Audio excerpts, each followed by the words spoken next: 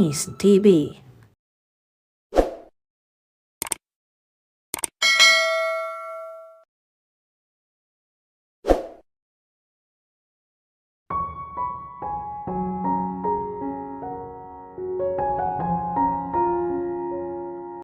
Ano na naman kaya ang maliit na pabor na tinutukoy nito?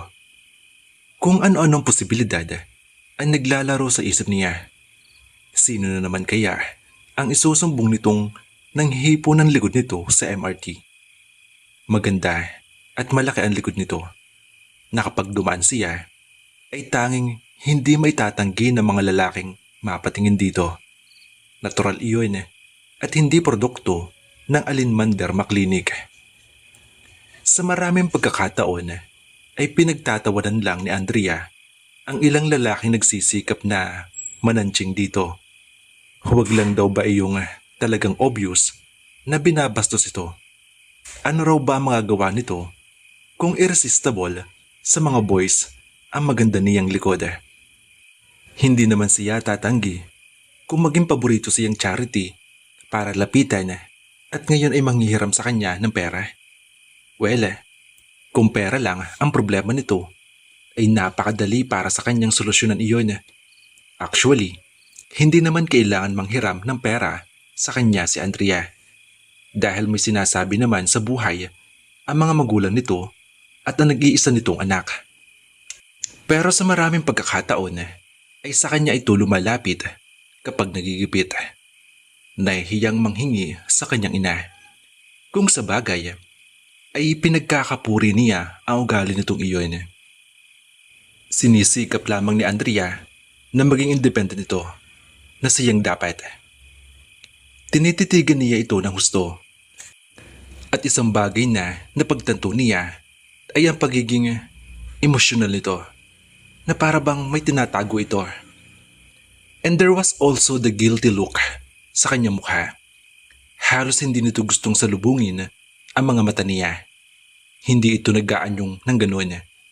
Kahit pa mahusay itong artista, kung maliit at walang kwentang bagay ang hingin nito. Rebellious si Andrea. Kaya kahit humingi ito ng pabor sa kanya, ay hindi siya makakatanggi. Na para bang obligasyon niyang tulungan ito sa ayaw at sa gusto niya. At sa pagkakataong iyon, ay hindi ito mapakali sa kinatatayuan. Tila kinabahan si Dominic sa reaksyon ng dalaga. Hindi niya maipinta ang mukha nito. Hindi kaya buntis ito sa naging boyfriend nito? Wag naman sana. Wag iyon. Kahit anong problema ito, wag lang iyon. Nagsisimulang makaramdam siya ng kakaiba sa biglang naisip na iyon. Bukod sa sakit na gumuhit sa dibdib niya, ay naroon pa ang matinding pag-alala sa sasabihin ng mami nito sa kanya. Tiyak niya na siya ang sisisihin at malamang sa hindi ay aakusahan siyang pinabayaan niya ito na para bang 15 anyos pa lamang si Andrea. Huwag naman sana. Hindi naman bata si Andrea. 24 na ito, kaya alam na nito ang ginagawa. Napahugot siya ng malalim na hininga at tumingin dito. Ano na namang kalokohan ang ginawa mo ha? Hindi pa rin ito umiimik. Nakatingin lamang ito sa kanya. At tila ang mukha nito ay napakaamo. Pero sa likod niyon ay hindi maaalarma ang mga mata nito na para bang nag-aalala, na para bang may tinatago. Bigla niyang naalala na 12 years old lamang siya noon na mag-retire ang kanyang ama.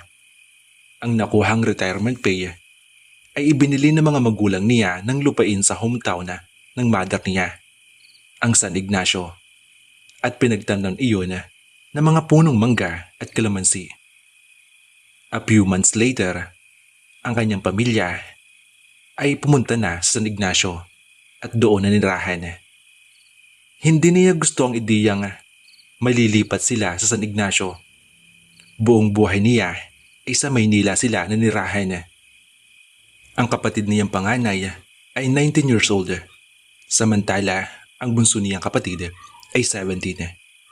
Maaaring hindi rin gusto ng mga kapatid niya ang ginawang paglipat ng pamilya nila sa San Ignacio.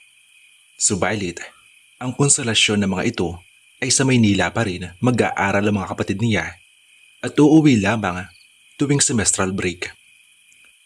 Nang makagraduate siya ng elementary, ay doon siya nag-high school. Naghihimagsik ang loob niya, subalit hindi niya makuhang isatinig. Ang kanyang mga kaibigan ay sa lumang school, samantalang siya ay dito sa San Ignacio. Kahit ang crush niya ay hindi na niya makikita. Minsan, sa isa sa mga pag-ikot niya sa lupaing binili ng mga magulang, ay nagulat pa siya nang may sumutsot. Nagpalingalinga siya, pero walang tao sa paligid. Andito ako sa itaas ng puno ng kalamansi. Tinig iyon ng maliit na boses. Muli niyang iniikot ng paningin ang taniman nila ng kalamansi na may mga bunga na ang ilan at ilang linggo na lang ay maaari ng anihin at ipagbili. Sa kanan mo! Humakbang siya patungo sa puno ng kalamansi sa may kanan niya at tumingala. Sa isang sanga ay naroon ang isang batang babae. Siguro sa tansya niya ay mga 6-7 years old at mahigpit na nakakapit sa isang maliit na sanga at sa wari ay nagsisikap na bumaba, subalit hindi maabot ng paa ang sangang aapakan pababa.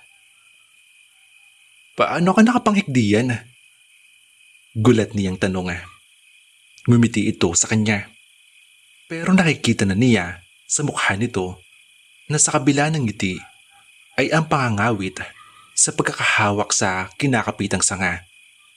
Na-realize niya na isang minuto pa lamang ay mahuhulog na ang babae dahil para bang bibitaw na ito sa sanga na kalamansi. Kung sa bagay ay hindi naman kataasan ang puno na kalamansing pinanhik nito. Pero sapat pa rin para masaktan ng batang babae sa sandaling mahulog ito. Pakitulungan mo naman akong bumaba o. Pakiusap nito sa tinig na nahihirapan na. Lumapit pa siya sa may puno sa mismong tapat nito. Ibaba mo ang isang paa mo sa kaliwang bahagi ha. May nakausling sanga at saka kita aabutin. Instruction niya. Napailing siya nang makitang namumukol na ang mga bulsa ng pink nitong shorts. Sasaluhin mo ako ha kapag nakabitaw ako. Oo, promise. Si promise yan ha. Cross your heart and hope to die. Oo na, cross my heart and hope to die. Kumitid niya. At tila naasar siya. Nangangawit na ang lig niya sa kakatingala. Sige na, sasaluhin kita. Ibaba mo na yung isang paa mo sa may kanan. Subalit, hindi ito nakabitawa. Sadya itong bumitawa sa sindak niya dahil medyo mataas pa rin ang kinalalagyan nito. Totoo namang nasalo niya ito. Pero dahil nabigla siya, ay nawalan siya ng panimbang at bumagsak siya sa lupa. Tangay ang batang babae. Sa kanya nabunto ng bigat nito dahil nakadagan ito sa kanya. Isa-isang gumulong sa damuhan ang mga kalamansing bubot na nasa bulsa nito at nagmamadali itong umangat mula sa pagkakadagan sa kanya para pulutin ang mga pinitas na kalamansi. Samantalang nanatili siya nakahiga sa damo at iniinda ang sakit ng likod. Baliw ka ba? Singhal niya sa batang babae. Bakit ka tumalon? Tanong niya. Nangangawit na po ako eh. Sagot nito at ipinagpatuloy ang pagpulot sa mga bubot na bunga. Nagnanakaw ka ng kalamansi namin oh. Ako sa niya. Nagalit ang tinig. Hindi dahil sa kalamansi, kundi dahil sa nasaktan siya. Sinulyapan siya nito. Bahagyang nagsalubong ang mga munting kilay. Ang punting kamiseta nitong may mukhang ni Tweety Bird ay ubod ng dungis. Inyo ba ito? Tanong nito. Bumangon siya at napangiwi sa sakit na nararamdaman sa mga balikat niya. Naupo siya sa damuhan. Kinakabahang baka napilayan siya. Tama ka. Sa amin ang kalamansing ito. Lupa namin to at patanim namin ang kalamansi. Hindi ko alam kung paano ka nakapanghikdi yan. Tumingala ito sa puno. Madali naman pumanghik eh. Nahirapan lang akong bumaba. Buti na lang dumating ka. At gano'n nagnanakaw ka. Ngumiti ito. Isang dimple sa kaliwang pisngi ang lumitaw. Nasorpresa si Dominic na mapag-alaman na maganda pala ito. Lumabi ang bata. Para bubot lang naman itong mga kalamansing ito eh. Yun na nga eh. Hindi mo magagamit din yan. Singhal niya. Maaari na itong kalamansi juice kapag pinilit. Nakangiti ito at muling tumingin sa kanya. Narinig kong pinag-uusapan ni Daddy at Mami na may nakabili na raw na malaking bahay nina Mr. Concepcion. Kayo ba iyon? Tanong ito. Tumango siya. Muling pumasok sa isip ang inis sa pagkakalipat nila sa lugar na iyon. Oo, and I hate this place, sabi niya. Muli silong tumingin sa kanya. Bakit naman? Napatingin siya rito. Anong bakit? Bakit hate na hate mo ang lugar na to? Tulid niya ay nilingaran nito ang kalamansi grove. Nakakunot ang noo. Hindi niya alam na nasa tindig niya ang inis. Nagkipit siya ng mga balikat. Alang-alang, mas gusto ko sa Maynila. Anong ala-ala lang? Ang sabi ko wala lang. Tumangutang mo ito. Alam mo ba, pumupunta rin kami ni Daddy at Mami tuwing Pasko doon kapag namimili kami. Sabi nito. Pinunasan nito ang ilong. Ayoko rin tumira ron. Walang ganito. Muli nitong nilinga ang paligid. Wala ring ilog at malayo ang dagat. Tsaka maingay dun. Hinihiga ako sa alikabok. I only like the mall but sabi ni Daddy, magkakaroon din naman daw dito sa San Ignacio. Napasimangot siya sa narinig. Bola lang yun. Aniya sa patabog na tinig. Wala nga akong nakita kahit isang supot na semento sa bayan na ito para simulan ng mall. Muli ito nagkibit ng mga balikat. Kahit walang mall dito, okay lang. May mall naman sa Trinidad at sa Batangas. Malapit lang yun dito. Naroon nga mga kaibigan ko eh. At saka idunuktong sa isip ang crush ko. Gusto niyang iduktong pero hindi niya masabi. Magkakaroon ka rin naman mabagong kaibigan dito eh. Anito, tumayo mula sa pagkakatulong ko sa lupa at binitiwan ng kalamansing hawak at nilapitan siya. Inilahad ang munding kamay sa kanya. Ako nga pala si Andrea. Grade 1 na ako sa pasukan. Sana sa school ko rin ikaw mag-enroll. At tubiling tinanggap niya ang kamay nito. Hindi niya matiyak pero napangiti siya sa pagkakaadalintada ng batang may malalim na dimple. Magnanakaw ng kalamansing bubot at basta na lang bumitaw sa puno at nagpasalo sa kanya. Ako si Dominic. Dominic Masangkay. Ngumiti ito sa kanya. Magkaibigan na tayo ha. Kaya yan, may bago ka ng kaibigan ka agad. Pagpasok mo sa school, may madadagdagan ka pa. Hindi niya maisip na magiging bodyguard siya. Pumasok siya sa school nito at naging schoolmates for years. Naging malapit na magkaibigan ang pamilya niya at ang pamilya nito. At sa maraming taon, siya ang tagapagligtas nito. Nagkalayo lang sila nito nang lumuwas siya sa Manila para mag-masters at kumuha ng ibang kurso. At ng kursong kinuha niya ang filmmaking. Gusto rin sana nito sa Manila na ipagpatuloy ang kolehiyo nang malaman nitong luluwas siya. Subalit mahigpit na tumutol ang mami nito na overprotective dahil nag-iisa itong anak at babae pa.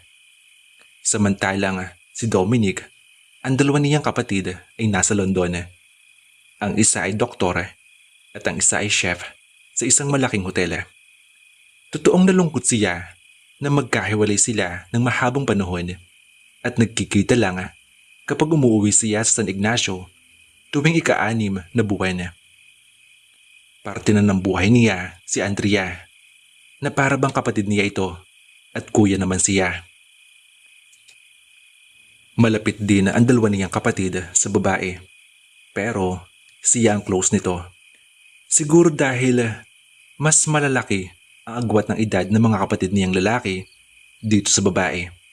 Bukod pa sa tuwing semester break lang, naroroon ng mga kapatid. Pero ang pagkakalayo nila ay pinaglalapit ng cellphone.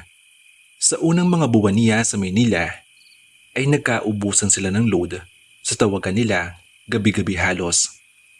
Hanggang sa naging busy sila. Siya sa trabaho. Sa trabaho niyang una bilang scriptwriter.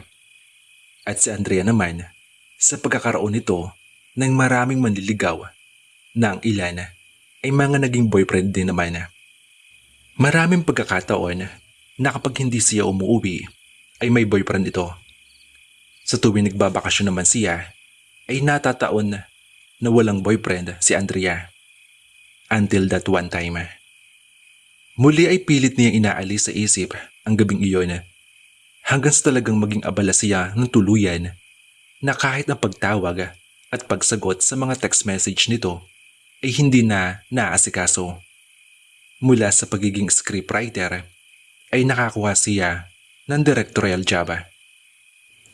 Ilang panahon pa ay nakikipagkompetensya sa ratings ang mga show niya. Isa sa mabigat na dahilan kung bakit hindi niya tinatanggap ang alok ng dalawang kapatid na mga ibang bansa ay dahil maganda naman at challenging ang trabaho niya sa istasyon. Isa pa, nariyan ang mamang niya sa San Ignacio at umaasang pangangasiwaan niya ang pataniman nila ng mangga at kalamansi kung sakaling sawa na siya na magtrabaho sa Maynila. Ngunit minsan ay iniisip niya kung iyong trabaho nga ba ang dahilan kaya hindi niya gusto mag-abroad. Siguro gusto niya munang makitang lumagay sa tahimik si Andrea bago niya sundan ang mga kapatid o di kaya i-manage ang family business nila.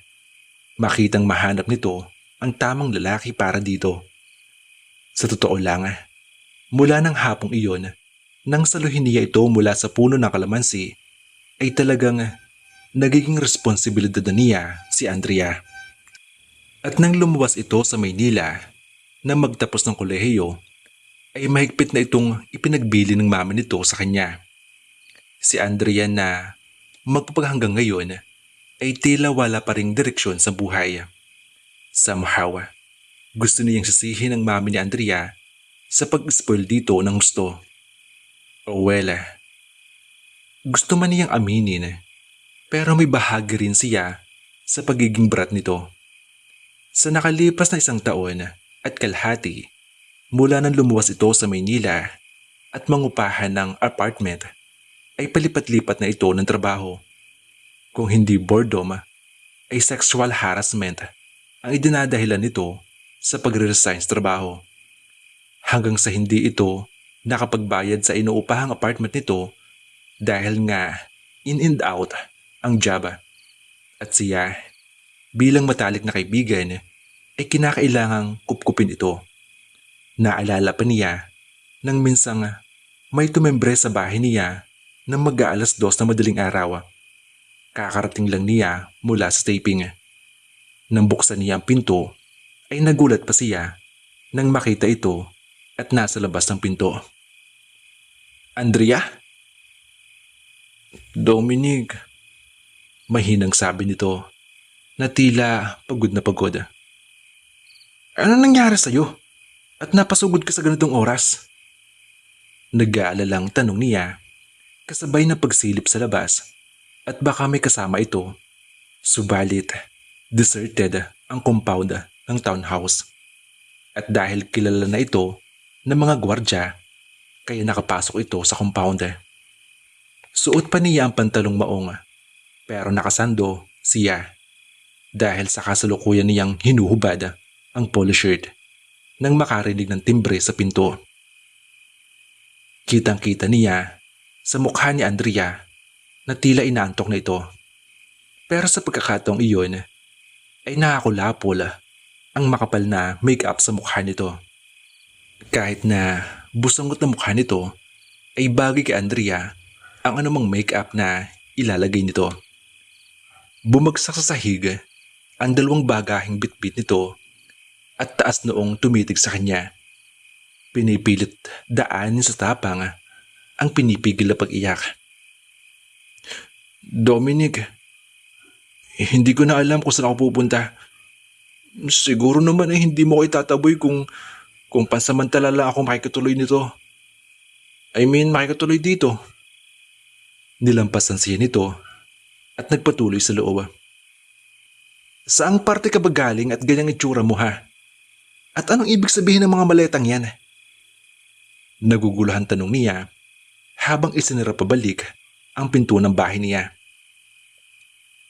Nagpunta ako sa sa parte ng kaibigan ko.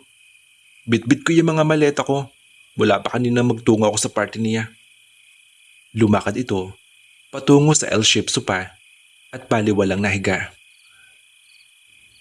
Pero bakit? Uuwi ka ba bukas? O mamaya sa atin? Hindi. Padabog nitong sagot. Pinaalis na ako sa apartment ko.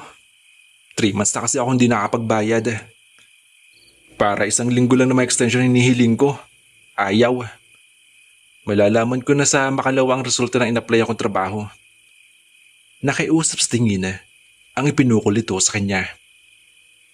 Maaari bang dito muna ako? Pero bago siya makasagot, ay pareho ng naagaw ng tagutok ng takong na bumaba sa hagdan ang atensyon nila. Gustong mapamura ng mahina si Dominic. Sandali niyang nalimutan na nasa itaas ang silid niya si Sarah at nakikigamit ng bathroom. At bagamat may bathroom din sa ibaba, ay pinili niyang ipagamit ang banyo niya sa itaas. Sino ang bisita mo sa ganitong oras ha, Dominic? Tanong ni Sarah na may inis na kalakip sa boses nito.